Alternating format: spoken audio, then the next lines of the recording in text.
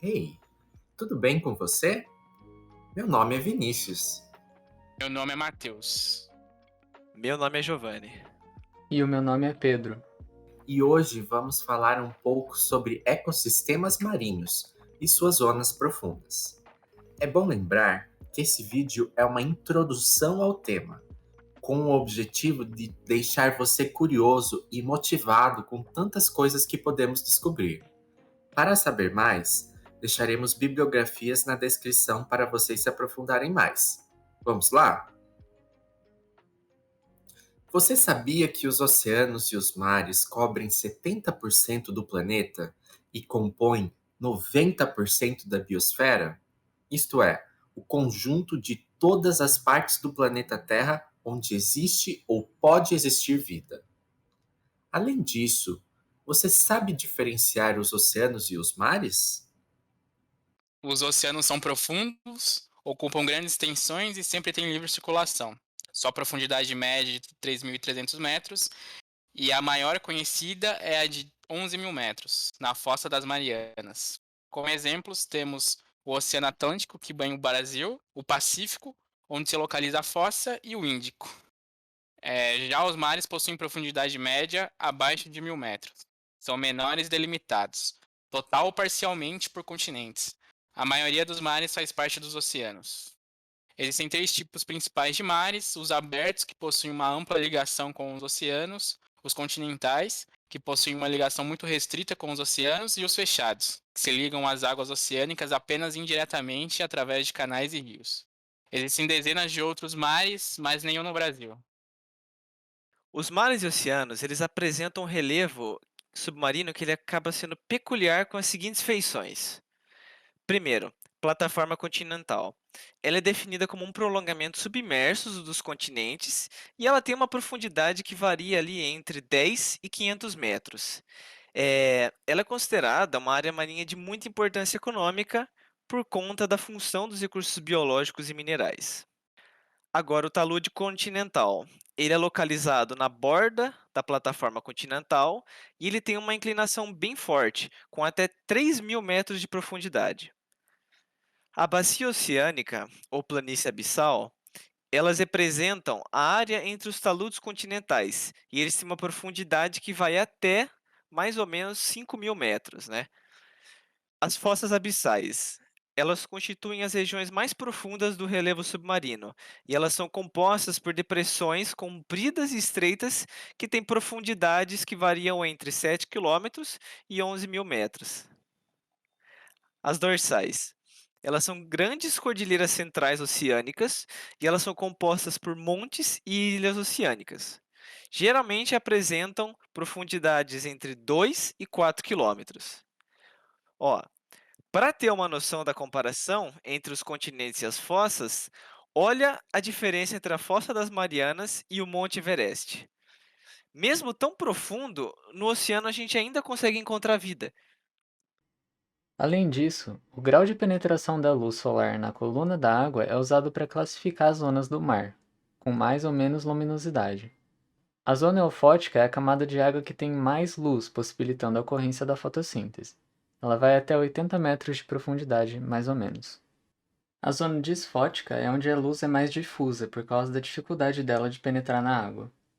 Ela vai até mais ou menos 200 metros de profundidade. Por último, a zona afótica é a região totalmente escura, que não tem luz. Ela vai dos 200 metros até o fundo do oceano. Além de classificar essas zonas, os seres marinhos também podem ser divididos.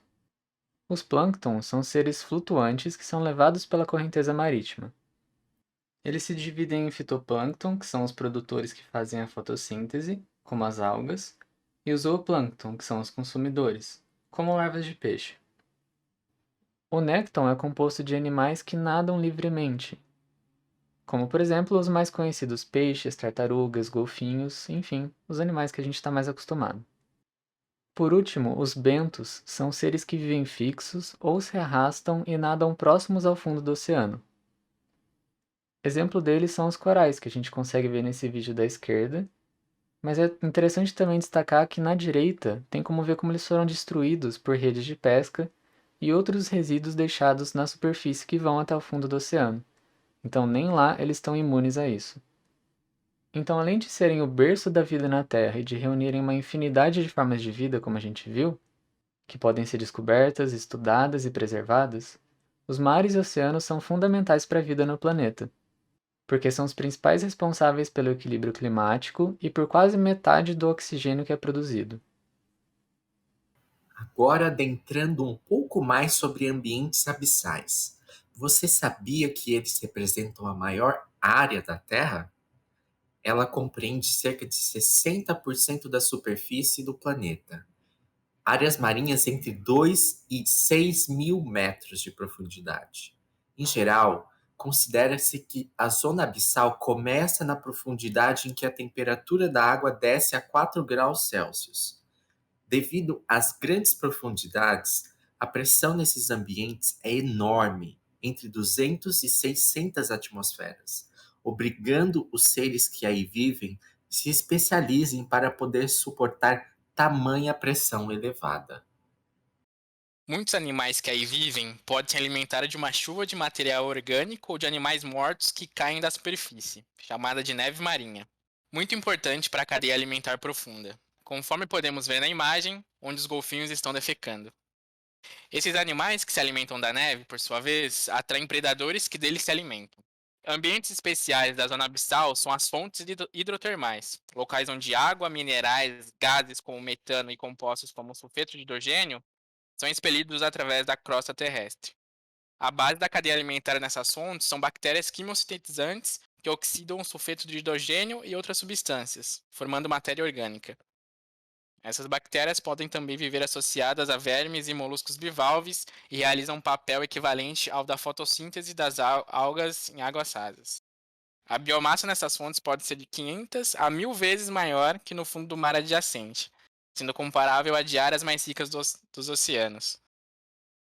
Todas essas características únicas de profundidade, pressão, temperatura, iluminação do ambiente, eles geram organismos com adaptações completamente fora do que a gente está acostumado. E eles têm uma beleza estranha e extraordinária ao mesmo tempo. Você pode olhar, por exemplo, nesses trechos que a gente coletou, né, da série da Netflix Nosso Planeta, que mostram, né, que incrível que são esses animais. Isso destaca a importância de conhecer e estudar essas regiões que são tão pouco conhecidas e são difíceis de acesso também. Que, além do importante equilíbrio que elas geram, elas podem também gerar muitas descobertas e tecnologias inovadoras. Os oceanos, eles têm uma importância imensa para o planeta e para a gente, seja através de serviço de suporte, como por exemplo a ciclagem marinha de fitoplânctons, as macroalgas e outros vegetais marinhos, ou serviço de provisão, né, que serve de alimento para mais de 1 bilhão de pessoas do mundo. Isso sem contar os serviços culturais de lazer, né, dessa zona costeira, que são a diversão, né, turismo, esporte, educação, até mesmo uma espiritualidade. E o mais importante desses serviços, né, é a interação da atmosfera com o oceano, que influencia na precipitação, transferência de calor e nos ciclos biogeoquímicos. Gente, fica à vontade para pausar o vídeo, ver essas possibilidades listadas e tirar alguma dúvida. Hoje em dia, devido a atividades antrópicas como a poluição, o uso intenso de plástico, a ocupação intensa de zonas costeiras e de habitats essenciais para o berço de espécies marinhas, os interesses em recursos de mineração, assim como as mudanças climáticas, representam uma ameaça muito grave aos diversos ecossistemas marinhos. Precisamos repensar o nosso estilo de vida e cobrar para que governos, empresas e a sociedade minimizem esses impactos. Apenas através de uma educação ambiental e a conscientização coletiva vamos fazer a diferença. Você já parou para pensar na quantidade de plástico que você consome e que vai parar no oceano? Repense, reduza, recuse, recicle e reutilize. Os animais que vivem nos oceanos dependem de você, assim como nós dependemos deles.